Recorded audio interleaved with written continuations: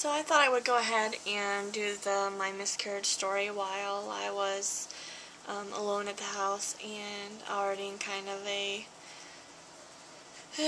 mood because my husband and I are not doing so well at the moment.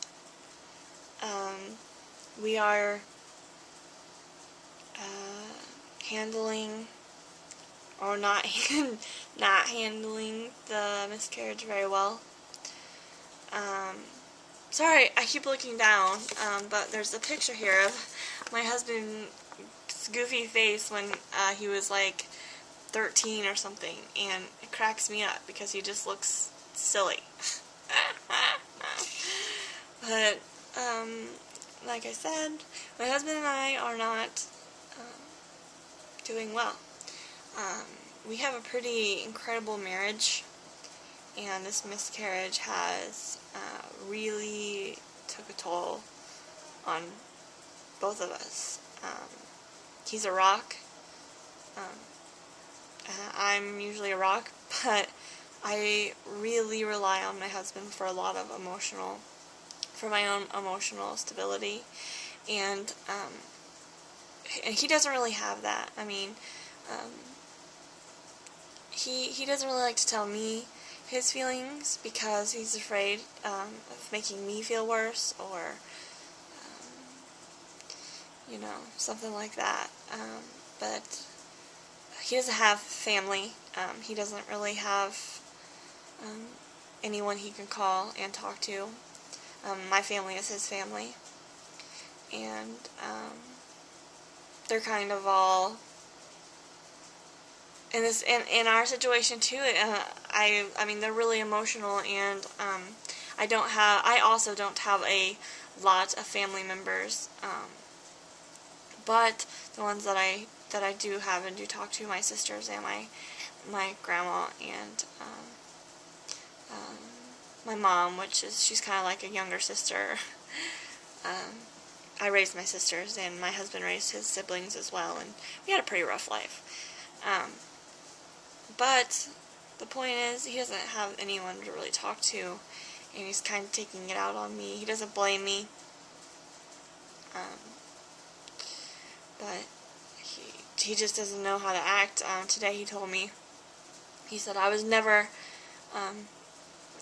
taught how to feel this way. I was never taught how to deal with something like this, how to deal with death, how to, and I wasn't either. We really didn't have that kind of support to teach us about our emotions, and it's okay to be sad, and it's okay to be happy, and mostly growing up it was just make sure your siblings had something to eat and got up on time for school, and and stuff like that, and beating them when they didn't listen to you. So yeah, he's just having a hard time, and I'm having a hard time, but the problem is we're coping with it in two different ways. I, just like I got my tattoo, which is healing well, if you can see, but I got the tattoo so I would never forget. He, however, wants to forget. I cannot do that, especially at this point. It's still so raw, it's still so right here. The process of the miscarriage is still happening in my body. The hormones are still raging, and I'm not ready to let go. I'm not to the point to where I can be okay. I'm trying to be, I'm trying to be as strong as I can, but it only goes so far, There's only so many days to where you can be okay before a rough one slips in there, and you just kind of break down a little bit, so. But, what's my time here? Okay. So, with the miscarriage, I was laying on the couch on Facebook, and I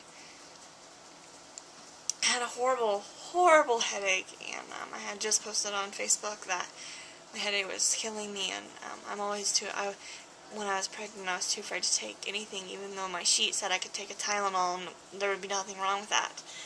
I just couldn't bring myself to do it, so I was just suffering on the couch.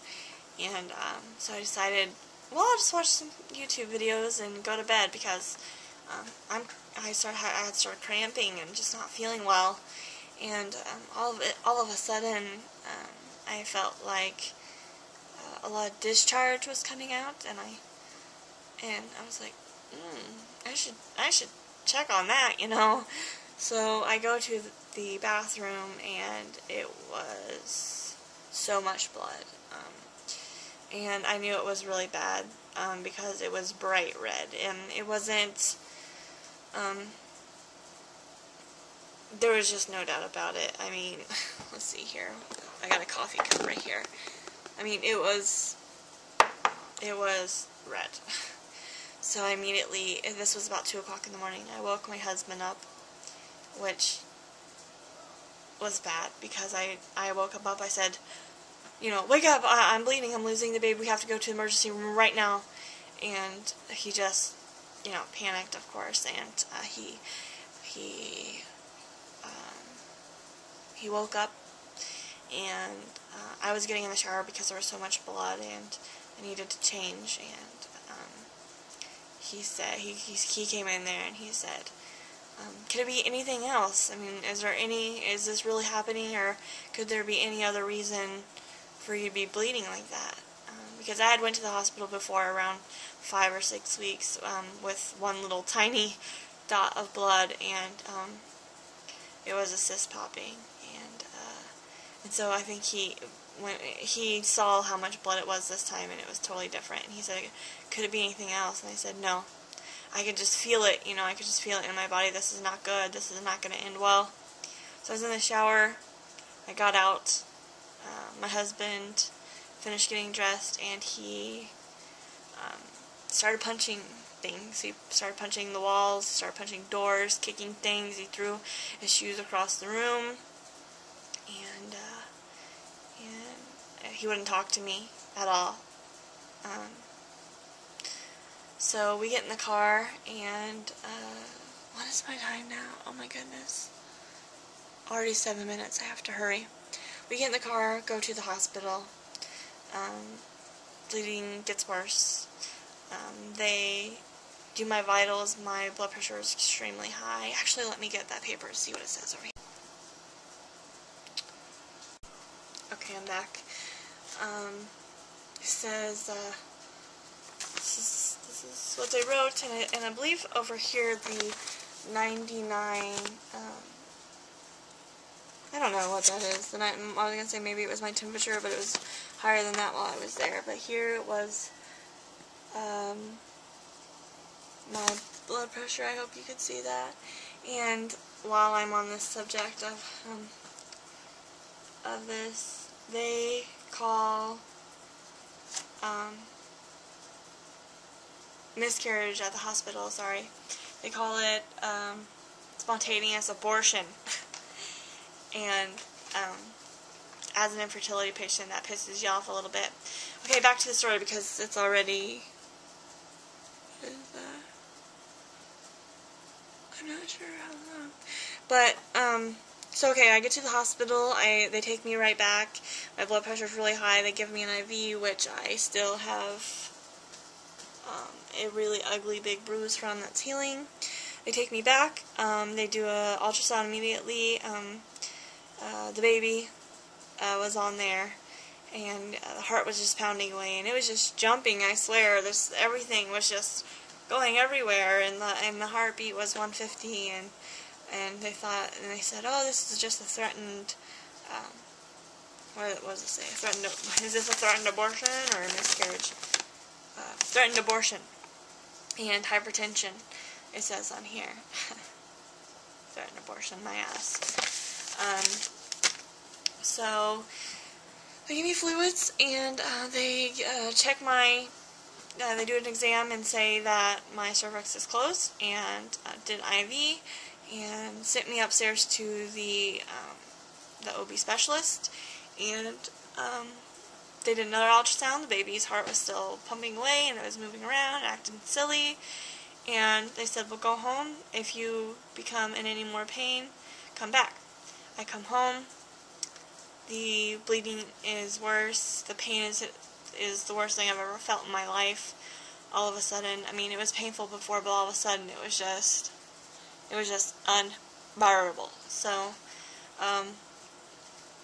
I get on Facebook, and I tell everyone what's going on, and I go to the bathroom. Really big clots start coming out, and I thought, this is bad. I mean, this just is too big. I mean, it was as big as my hand, 2 of them, and I thought, this is really bad. This is not good. I go back to lay on the couch, and this horrible pain comes, and I run to the bathroom as fast as I can, and as soon as I sat down, the baby came out, and it was not in the sac, and